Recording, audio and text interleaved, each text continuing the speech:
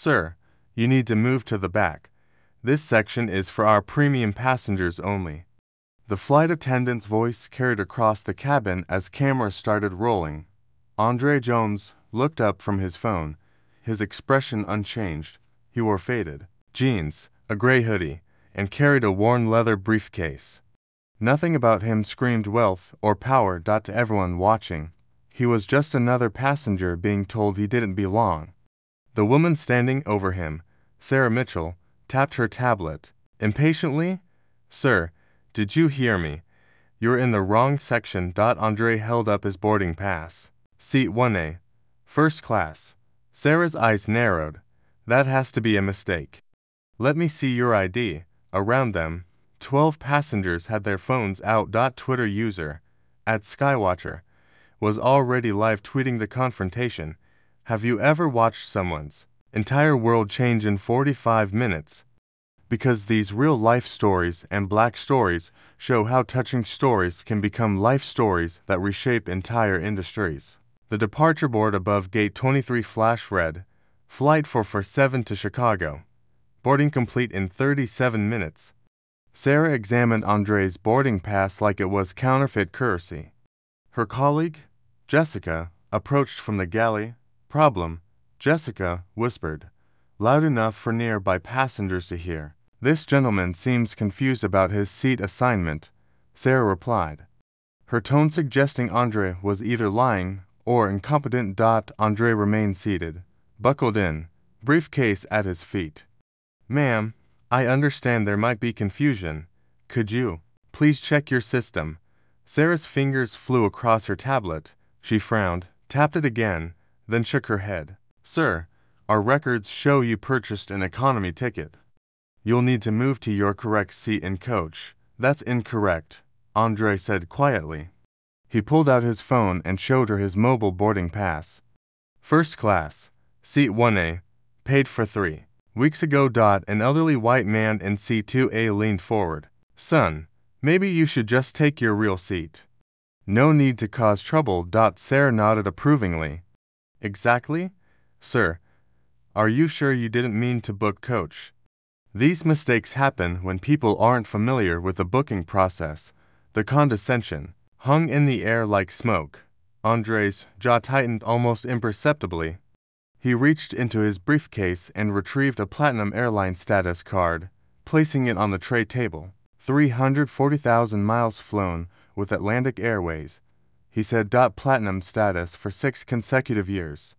Sarah barely glanced at it. "Anyone can get those cards online now." "Sir, I'm going to need you to gather your belongings and move to your assigned seat." At Skywatcher's, fingers moved rapidly across her phone screen.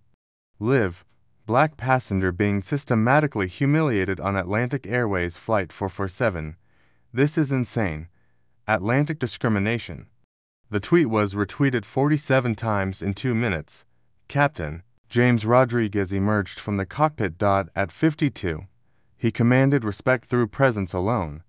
His silver hair was perfectly styled, his uniform pressed to military precision. "What's the situation?" he asked Sarah, not looking at Andre. "Passenger in the wrong seat won't move to coach where he belongs." Rodriguez sized up Andre with a glance. Hoodie, jeans, sneakers. His assessment was immediate and wrong. "Sir, you're holding up departure. I need you to take your correct seat immediately." Andre looked up calmly. "Captain, I'm in my correct seat. First class, 1A. Here's my boarding pass, my ID, and my frequent flyer card." Rodriguez didn't look at any of them. "Son, I've been flying for 15 years. I know when someone's trying to scam and upgrade." "Sarah, call ground security." The passengers in first class shifted uncomfortably. A woman in 3B started recording with her phone. A businessman in 4A looked up from his laptop, frowning. Andre pulled out his phone and began recording. "For the record, it's to 47 p.m., Flight 447. I'm being asked to leave my paid first-class seat, despite having proper documentation. Sir, put that phone away," Rodriguez commanded. "You're being disruptive. I'm documenting discrimination." Andre replied evenly. Sarah was already on her radio. Ground control, we need security at gate 23. Passenger refusing to comply with crew instructions. The man into A shook his head. Just move to coach, buddy. You're making this harder than it needs to be. But the woman in 3B spoke up. Wait, he showed. You his boarding pass. Why aren't you checking it? Sarah's face reddened. Ma single quotes am. Please don't interfere. This gentleman clearly purchased an economy ticket and is trying to get a free upgrade. How do you know that? The woman pressed. Experience. Sarah replied curtly. Andre made a phone call. The conversation was brief. His voice slowed. Yeah, I'm running late. Start without me. I'll handle this personally. Rodriguez overheard. Handle what? Sir, who are you calling? Andre didn't answer. He was taking notes on his phone, documenting every word, every action. At Skywatchers, follower count jumped by 300 as her live stream gained traction. Comments flooded in. This is 2025. How is this still happening? Sue them. Record everything. The gate agent's voice echoed through the terminal. Final boarding call for Flight 447 to Chicago. All remaining passengers please board immediately. To security officers. Approached Mike Santos, a 20-year veteran, and Lisa Miller. What's the problem? Santos asked. Rodriguez pointed at Andre, passenger in wrong seat, refusing to move, being disruptive. Santos looked at the scene. A well-dressed man sitting calmly in first class, surrounded by crew members and passengers with phones out. Sir, can I see your boarding pass? Andre handed it over without protest. Santos examined it carefully, compared it to Andre's ID, then looked at his radio. This shows first class, seat 1A. Santos said to Rodriguez. It's clearly fraudulent. Sarah interjected. He's trying to scam and upgrade. Santos looked at her skeptically. Ma'am, these boarding passes come directly from your system. How would it be fraudulent? Sarah faltered. Well, these people know how to manipulate the system. The words hung in the air. Even passengers who hadn't been paying attention looked up. These people wasn't subtle. Andre remained perfectly still, but his eyes met Santos's. The security officer had heard those words before, understood their meaning. Sir, Santos said to Andre, would you mind stepping off the aircraft for a moment, just to verify everything with the gate agent? It was a reasonable request delivered respectfully. Andre nodded and stood. As he gathered his briefcase, his phone buzzed. A text message flashed briefly on the screen before he closed it. The woman in 3B caught a glimpse. Board meeting moved. To conference room. Emergency session. She frowned, wondering what kind of emergency board meeting a coach passenger would know about. The departure board now showed Flight 447 delayed 23 minutes. Ground Supervisor Janet Williams arrived at Gate 23 with purposeful strides. She'd been with Atlantic Airways for 12 years, worked her way up from baggage handler to supervisor. She prided herself on handling difficult situations. What's the hold up? She asked Santos.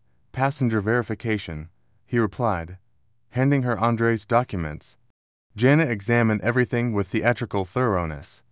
Boarding pass, ID, frequent flyer card. She looked from the documents to Andre, then back to the documents. Mr. Jones, these appear to be in order. However, given the crew's concerns about your behavior, I think it's best if we reseat you in coach for this flight. Andre's voice remained level. What behavior? I was sitting quietly in my assigned seat. You are being argumentative with the flight crew. I was providing documentation when they claimed I was in the wrong seat. Janet's expression hardened. Sir, arguing with me won't help your cause. You can take your assigned coach seat, or you can take the next flight. Those are your options. Back on the plane, at Skywatcher's live stream had exploded. The hashtag Atlantic Airways discrimination was trending. Her viewer count hit 1,500 and climbing. Her commentary was running live. They forced him off the plane now. This man has a first-class ticket. showed multiple forms of ID, and they're treating him like a criminal. This is what discrimination looks like in 2025. Comments poured in faster than she could read them. Save this video as evidence. What's his name? He needs a lawyer. Atlantic Airways stock is going to tank. Someone find out who this guy is. Inside the terminal, other passengers from the flight had gathered to watch. Several were recording. A teenage girl was streaming on TikTok. A businessman was updating his LinkedIn feed. Andre looked at his watch, a habit, perhaps, but Janet noticed it was expensive, very expensive. More than her monthly salary expensive. Sir, I need your decision, coach seat or next flight. May I speak with your district manager? Andre asked. Janet laughed. The district manager. Sir, I'm the senior supervisor on duty. I have full authority here. I understand your position, Andre replied. However, I'd like to escalate this to your district manager. You can file a complaint online like everyone else. Several first-class passengers had come out to watch. The woman from 3B, now identified as Dr. Patricia Voss, stepped forward. Excuse me, but I was on that plane. This man was sitting quietly in his seat. He showed his boarding pass, his ID, everything. Why exactly is he being removed? Janet turned to her. Ma'am, this is between us and Mr. Jones. Please return to your seat. I'm a paying customer too, Dr. Voss replied. And I'm witnessing what appears to be discrimination.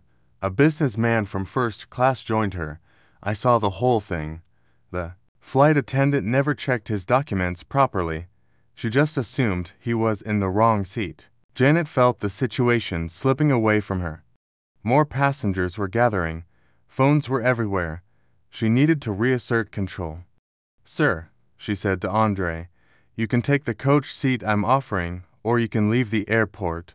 Those are your only options. Andre pulled out his phone and made another call. This one lasted 47 seconds. His voice was too low for most people to hear, but Dr. Voss was close enough to catch fragments. Urgency board meeting, conference room. Now, Dr. Voss frowned. Board meeting. Andre ended the call and addressed the gathered crowd. Ladies and gentlemen, I apologize for this delay. I know you all want to get to Chicago on time. His tone was different now, more authoritative. Several passengers noticed the change. Janet sensed something shifting. Sir, who are you calling? My office, Andre replied simply. Your office, Andre reached into his briefcase and withdrew a business card holder. He selected one card and handed it to Janet. She read it, and her face went pale. Andre Jones, Chief Executive Officer, Jones Industries. The gathered passengers pressed closer, trying to see. Dr. Voss read over Janet's shoulder and gasped. My God, she whispered. The businessman from first class pulled out his phone and started Googling. His eyes widened as he read. Holy shit, he muttered. Jones Industries, they're worth billions. At Skywatcher caught the exchange on her live stream. Wait, did someone just say billions? Chat, what's happening? Who is Jones Industries? Her viewers were already researching. Jones Industries just announced a $2.4 billion revenue year. They own like 847 companies. This guy, in just some random passenger. Atlantic Airways, is about to get sued into oblivion. Janet stared at the business card. Her hands were shaking slightly. Mr. Jones, this doesn't change anything. You were being disruptive. But her voice lacked conviction now. Andre looked at his watch again. In about 3 minutes, you're going to receive a call from your headquarters. I suggest you answer it. What kind of call? The kind that comes from your board of directors. The crowd had grown to about 30 people. Airport security was trying to manage the situation, but the live streams were multiplying. Atlantic Airways discrimination had over 2,000 tweets now.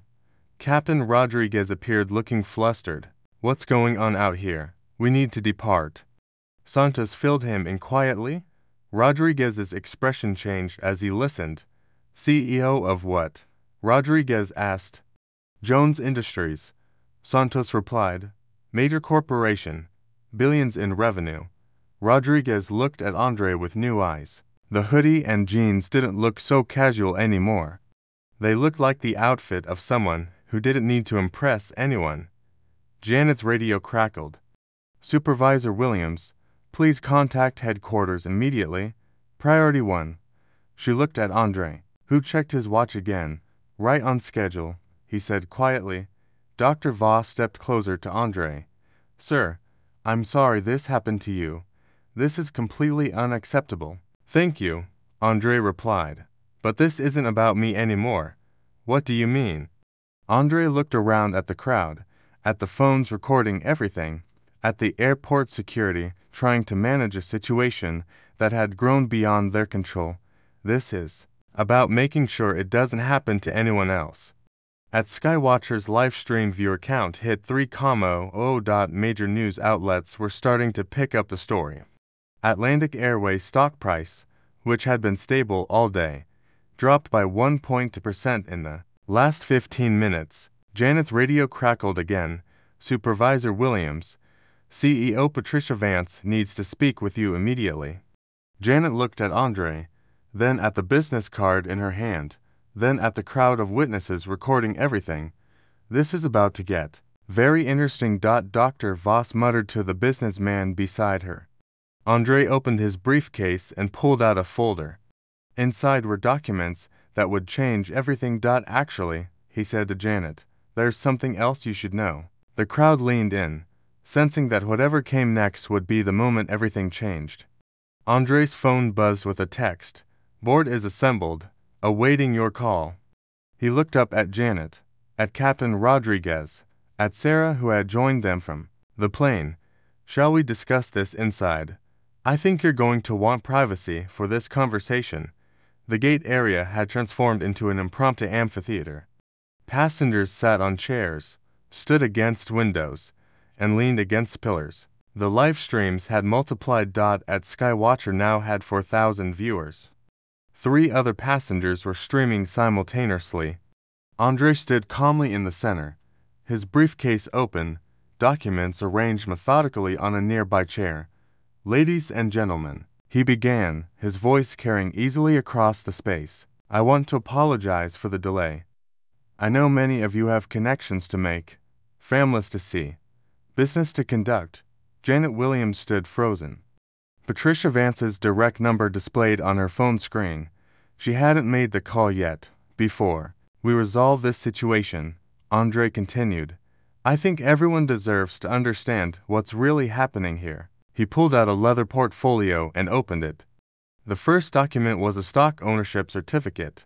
6 months ago, Jones Industries acquired a 23% stake in Atlantic Airways. The words hit the crowd like a physical force. Gasps, muttered curses. Someone saying, no way, loud enough for everyone to hear. Captain Rodriguez stepped forward. That's impossible. I would have heard about a major acquisition like that. Andre looked at him calmly. Captain Rodriguez, you've been with Atlantic Airways for 15 years. Excellent safety record, by the way. I've reviewed your file. Rodriguez's face went white. You've reviewed my file. Jones Industries reviews all key personnel files for companies in our investment portfolio. Standard due diligence. Sarah Mitchell, who had been lurking at the edge of the crowd, suddenly understood the magnitude of what had just happened. She discriminated against someone who effectively owned nearly a quarter of the airline. Dr. Voss was recording with her phone, but she lowered it slightly. Mr. Jones, are you saying you own part of Atlantic Airways? 23%, Andre confirmed, which makes Jones Industries the second largest shareholder. He pulled out another document. Atlantic Airways, fiscal year 22 for total revenue, $8.2 billion. Jones Industries investment, $1.9 billion. The businessman from first class was frantically taking notes. This is incredible. This guy ain't just wealthy, he's one of the owners of the airline. At Skywatcher's, stream was exploding with comments. He owns the airline. This is the best plot twist ever.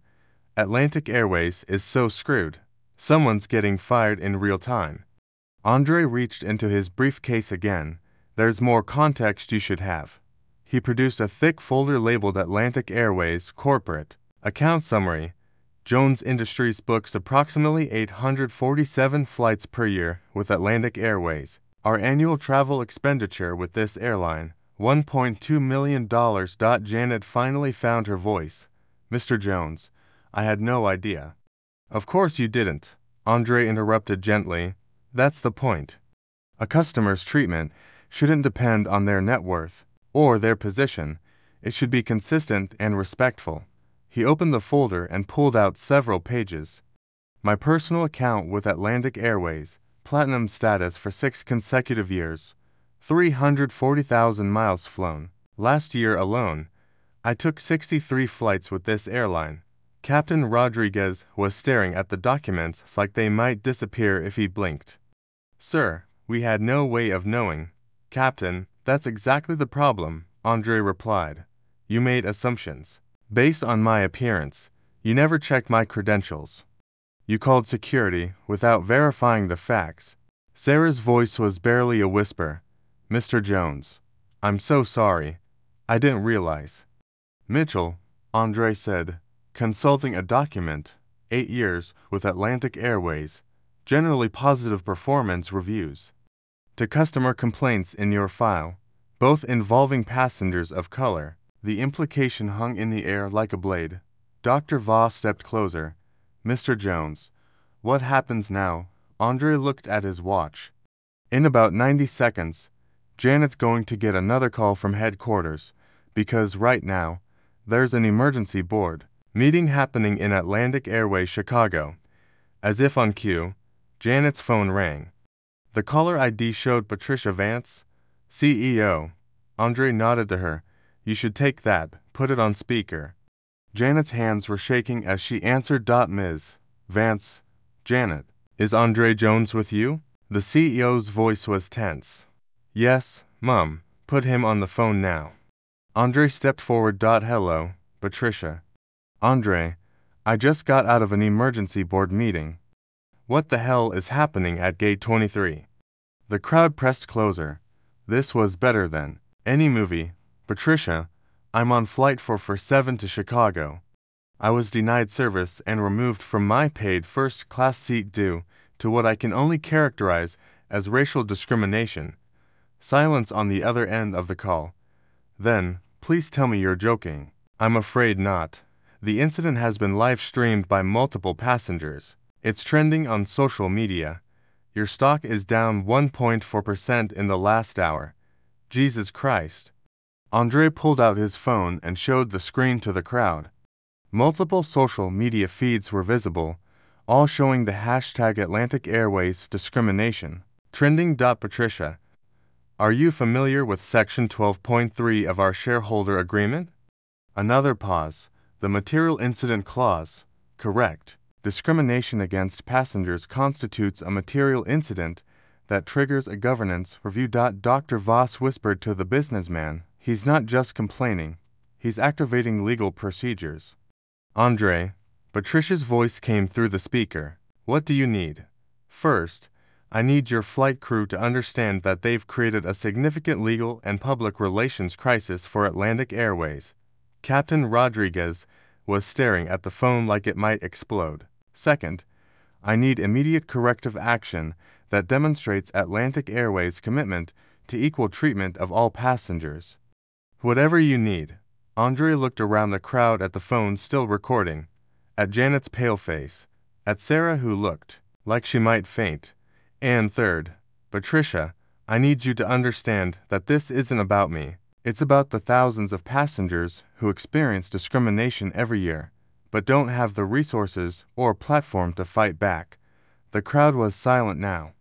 Even the live stream comments had slowed as people absorbed what they were witnessing. Andre, I'm authorizing whatever actions you deem appropriate. Full authority. Andre nodded. Thank you. I'll have recommendations within the hour. He ended the call and looked around the gate area. 50 people were staring at him. Multiple live streams were broadcasting 2,000s more. There's one more thing you should know, Andre said. He reached into his briefcase and pulled out a final document. This one was different. More official looking, with multiple signatures and seals. Last year, Atlantic Airways received an anonymous donation of $500,000 to fund diversity and inclusion training. He held up the document. The donation came from the Jones Foundation, my foundation. The revelation hit like ATHUNDRCLAP. Sarah actually gasped out loud. I've been trying to help this airline improve its culture for over a year, Andre continued. Today, I experienced firsthand why that help is desperately needed. At Skywatcher's voice came through her live stream. Chat. Are you getting this? This man has been trying to help the airline and they discriminated against him. This is unreal. Andre closed his briefcase with deliberate precision. Now, shall we discuss how to ensure this never happens again? Janet's phone rang again. This time it was the Atlantic Airways legal department. The real work was about to begin. Conference room at Atlantic Airways headquarters was normally used for quarterly reviews and budget meetings. Today, it had become the epicenter of a corporate crisis. Patricia Vance sat at the head of the mahogany table, surrounded by 8 board members, the company's legal team, and her senior vice presidents. The room's video wall displayed 3 feeds. The live stream from Gate 23, Atlantic Airways stock chart showing a steady decline, and a Twitter analytics dashboard tracking Atlantic Airways discrimination, patched Mr. Jones through to the main screen. Patricia ordered. Andre appeared on the 75-inch display standing calmly in the gate area with Janet Williams beside him. The crowd of passengers was still gathered. Phone still recording. Andre, you have the floor, Patricia said. Andre had positioned himself so the crowd could hear both sides of the conversation. This wasn't going to be a private settlement discussion. This was going to be transparency in real time. Thank you, Patricia. Before we discuss solutions, I think the board needs to understand the full scope of what happened here. He gestured to Sarah Mitchell, who had reluctantly joined the group at the gate podium.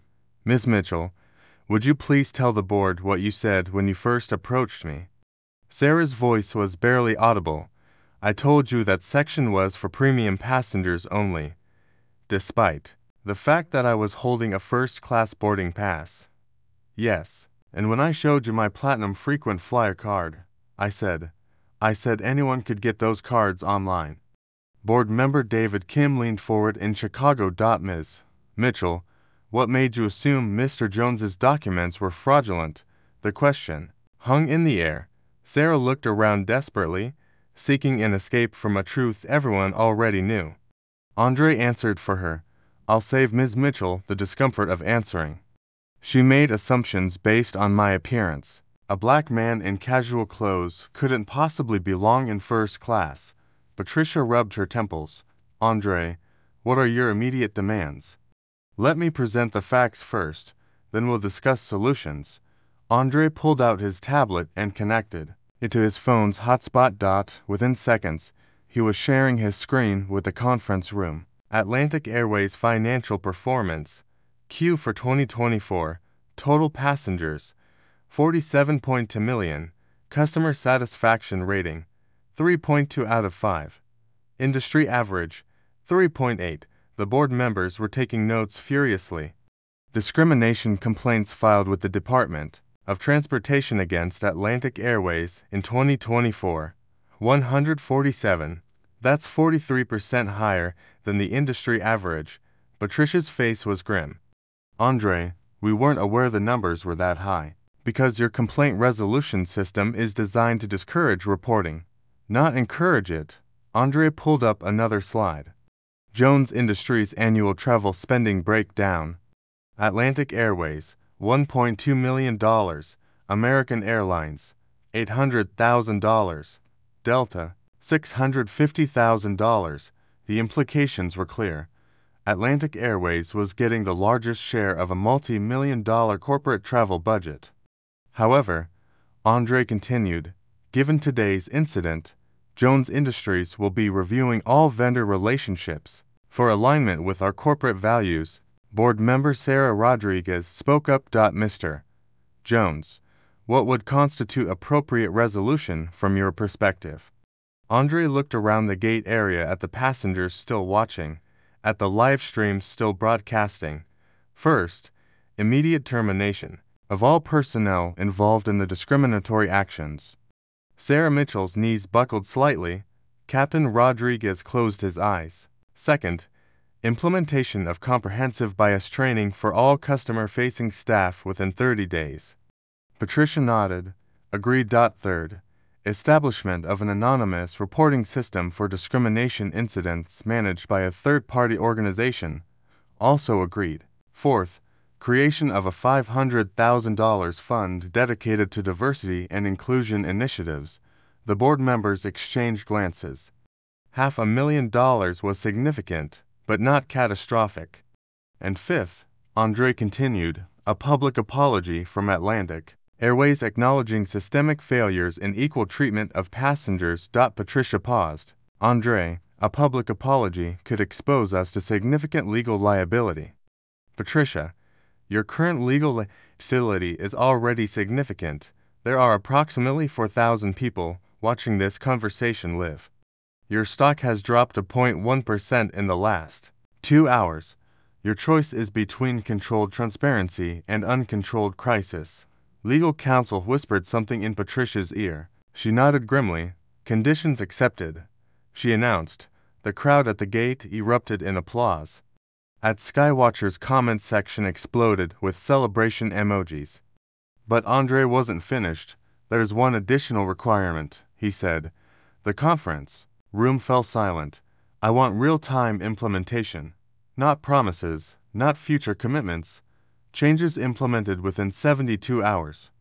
That's impossible, protested VP of Operations Michael Torres. Union agreements, legal reviews, system updates. Andre interrupted. Michael, I've reviewed your operational capabilities.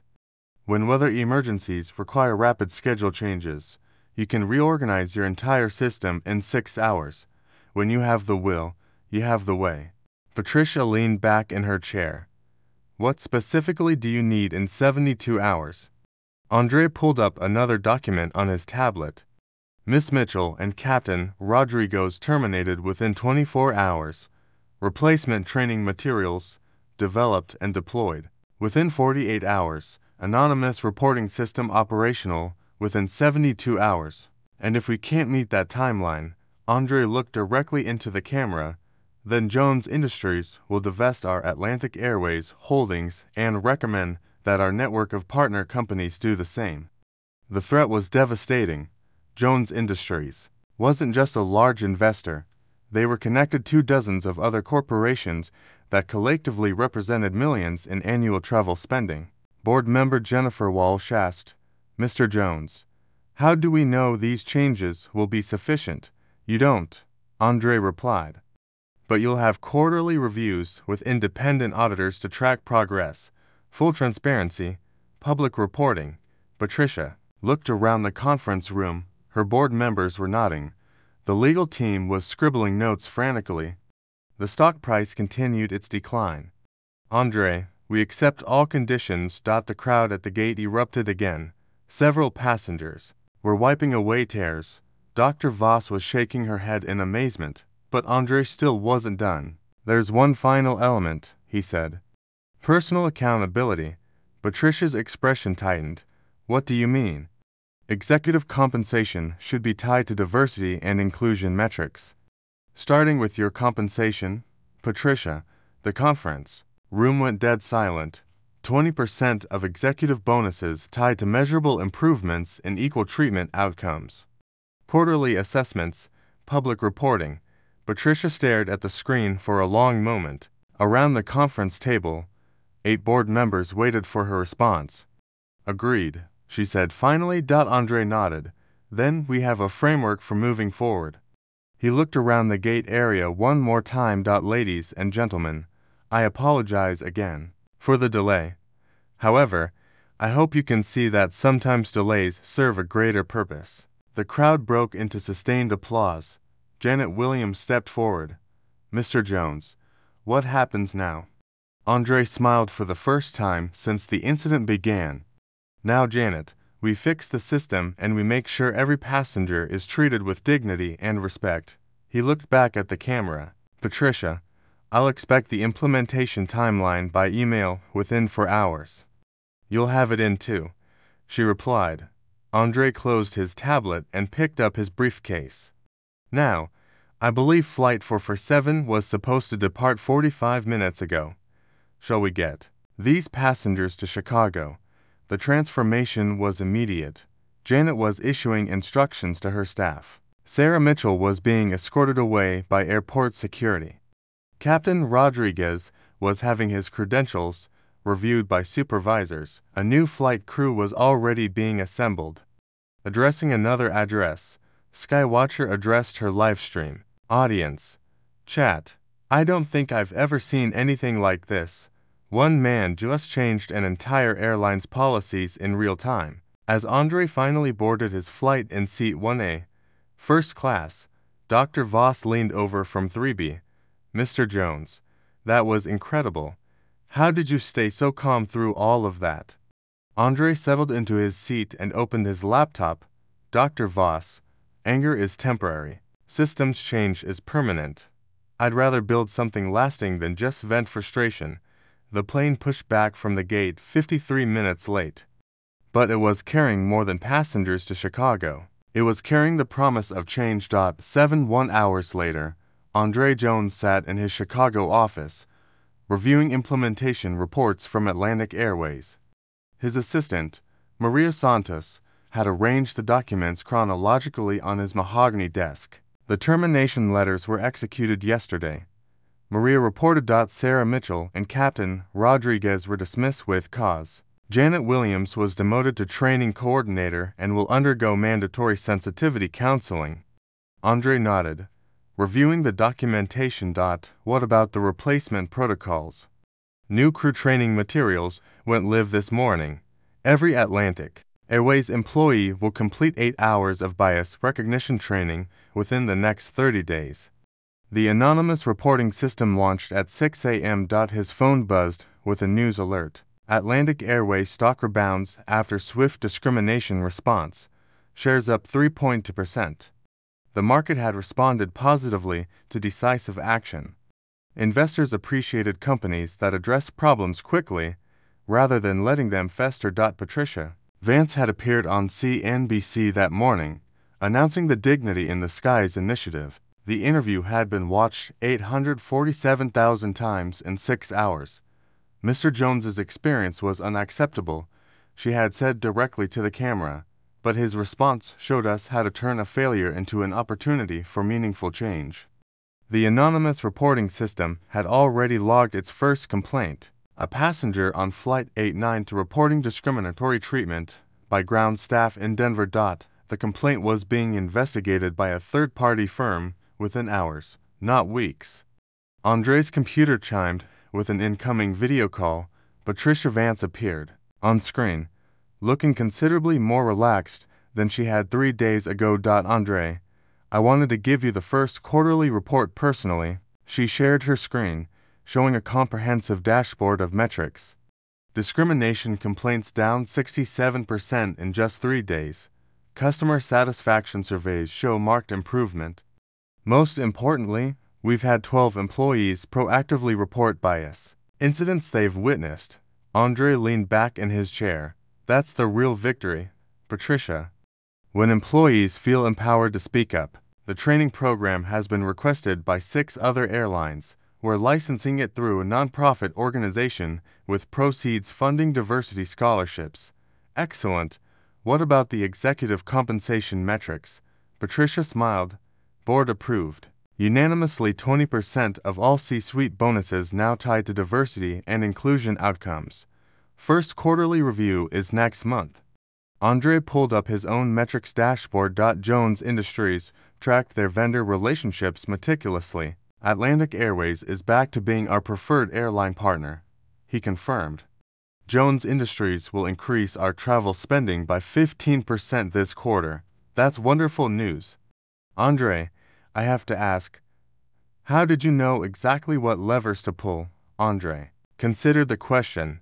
Patricia, I've been discriminated against before, but I've also been in boardrooms for 20 years. I understand how corporations make decisions. The key is aligning moral imperatives with business incentives. The whole incident has become a Harvard Business School case study, Patricia mentioned. They're calling it stakeholder activism in real time. After ending the call, Andre walked to his office window overlooking Lake Michigan. The view reminded him why he loved Chicago, a city built by immigrants and outsiders who refuse to accept limitations. His phone rang. Dr. Patricia Voss from Flight 447. Mr. Jones, I hope you don't mind me calling. I got your number from your foundation's website. Not at all, Dr. Voss. How can I help you? I wanted to tell you that what you did inspired me to take action in my own workplace, Dr. Voss said. I'm head of emergency medicine at Northwestern Memorial. We've had our own issues with bias in patient treatment. I presented your Atlantic Airways case to our board last week. Andre smiled. What was their response? We're implementing a similar anonymous reporting system for bias incidents, and we're requiring all staff to complete unconscious bias training. Your approach, using data and systematic change rather than individual blame, it really resonated. That's exactly what needs to happen, Andre replied. One incident becomes a catalyst for broader change. The medical community is calling it the Jones Protocol. Using documented discrimination incidents to drive institutional reform rather than just individual punishment. After Dr. Voss hung up, Andre reviewed the broader impact metrics his team had compiled. The hashtag Dignity in Skies had been used 47,000 times across social media platforms, but more importantly, it had spawned 12 copycat initiatives at other transportation companies. Greyhound bus lines had announced their own bias training program. Amtrak had hired a chief diversity officer. 3 major hotel chains had implemented anonymous reporting systems. His assistant brought in a stack of letters from passengers who had experienced similar discrimination. Each letter shared a story. Thanked Andre for speaking up, and many included documentation of their own incidents. One letter stood out. It was from a young black woman named Angela Thompson, a recent MBA graduate. Mr. Jones, I was on United Flight 237 last month and experienced almost identical treatment to yours. But I didn't have your resources or platform. I just endured it and filed a complaint that went nowhere. Watching your live stream showed me that discrimination doesn't have to be accepted silently. I'm now working with the ACLU to document systematic bias in airline treatment. Thank you for showing that change is possible. Andre added Angela's letter to a growing file. Her case would become part of a larger class action lawsuit that would ultimately force industry-wide changes. The true measure of success wasn't just Atlantic Airways reforms. It was the ripple effect across an entire industry. 3 months later, the Department of Transportation announced new federal guidelines requiring airlines to track and publicly report discrimination complaints. The regulations were nicknamed the Atlantic Airways rules after the incident that sparked them. Andre received a call from Transportation Secretary Michael Rodriguez, no relation to the terminated captain. Mr. Jones, your Atlantic Airways case provided the political momentum we needed to implement comprehensive anti-discrimination regulations. 6 major airlines have already adopted your recommended protocols voluntarily rather than wait for federal mandates. The Jones Foundation had expanded its focus to transportation equality, funding legal representation for passengers facing discrimination. In 6 months, they had supported 43 cases across airlines, bus companies, and rideshare services. Andre often reflected on the moment when Sarah Mitchell first told him to move to the back of the plane. That single incident of discrimination had become a catalyst for systematic change affecting millions of travelers, but the most satisfying outcome was personal. Last month, Andre had flown Atlantic Airways Flight 447 again, the same route, the same aircraft type. The flight attendant, a young black man named David, had welcomed him aboard with genuine respect. Mr. Jones, it's an honor to have you flying with us today. Is there anything I can do to make your flight more comfortable? Andre had looked around the first-class cabin and noticed the diversity of passengers. Different races, ages, clothing styles, all being treated with equal professionalism and respect. David, you're already doing everything perfectly. That was the real victory, not the corporate policy changes, or the media attention, or the stock price recovery. It was the simple fact that the next passenger who looked like Andre, or didn't look like him, would be treated with dignity. The transformation was complete. The system had changed. 2 years after Flight 447, Andre Jones stood at the podium of the National Civil Rights Museum in Memphis, delivering the keynote address for their annual Transportation Equality Summit. The auditorium was packed with 800 attendees, more seats than the airline executives, civil rights lawyers, government officials, and activists. But Andre could see beyond the crowd to the millions watching the live stream. Change doesn't require violence, he told the audience. It doesn't require lawsuits or protests or public shaming. It requires documentation, leverage, and systematic thinking. He clicked to his first slide, a graph showing discrimination complaints across all major airlines. Since the Atlantic Airways incident, airline discrimination complaints have dropped by 71% industry-wide, not because discrimination disappeared overnight, but because airlines implemented systems to prevent it. The graph showed a dramatic decline starting in late 2025, continuing through 2026, and into 2027. This is what happens when you change systems instead of just punishing individuals. The audience included Sarah Mitchell, the former flight attendant who had triggered the entire incident. After her termination from Atlantic Airways, she had undergone extensive bias training and now worked as a diversity consultant, helping other companies avoid the mistakes she had made. She raised her hand during the Q&A session. Mr. Jones, I'm Sarah Mitchell. I was the flight attendant on Flight 447. A murmur went through the crowd. This was unexpected. Sarah, Andre said warmly, thank you for being here. I wanted to publicly apologize again, but more importantly, I wanted to thank you. Your response changed my life. I understand now how my unconscious biases hurt people. I've spent 2 years learning to be better.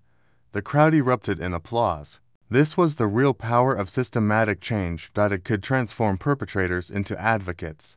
Sarah, your courage in facing your mistakes and working to prevent others from making them is exactly what this movement needs. Andre clicked to his final slide, a photo of Angela Thompson, the young woman who had written to him after her own discrimination experience. Angela Thompson used documentation and legal advocacy to win a landmark settlement against United Airlines. That settlement funded bias training for 47,000 airline employees across the industry. The audience stood and applauded as Angela walked onto the stage. Angela's case proved that you don't need to be a CEO or a major shareholder to create change. You just need to be willing to document injustice and demand accountability. Andre looked directly into the live stream camera. These touching stories remind us that change happens when ordinary people refuse to accept discrimination as normal. When we document injustice systematically, when we demand accountability from institutions, when we use our economic power strategically. He paused, letting the words sink in. Every person watching this has experienced unfair treatment or witnessed it happening to others. Your stories matter. Your documentation matters. The live stream chat was flowing with personal experiences, commitments to action, and expressions of gratitude. If you've witnessed discrimination in transportation, document it, record it, report it, share your real life stories, because these black stories and life stories become the foundation for systematic change. Andre concluded with a direct challenge. Don't just watch injustice happen. Don't just feel bad about it. Do something about it. Use the tools we've developed. Use the systems we've built. Help us create a world where everyone travels with dignity. The screen displayed the Transportation Equality Foundation's website and reporting tools. Share this video. Tell your friends about these resources. Subscribe to stay informed about our progress. Because together, we can ensure that what happened on Flight 447 was the last time, not just another time. The applause continued for 3 full minutes as the live stream viewer count hit 150,000. Change had become contagious.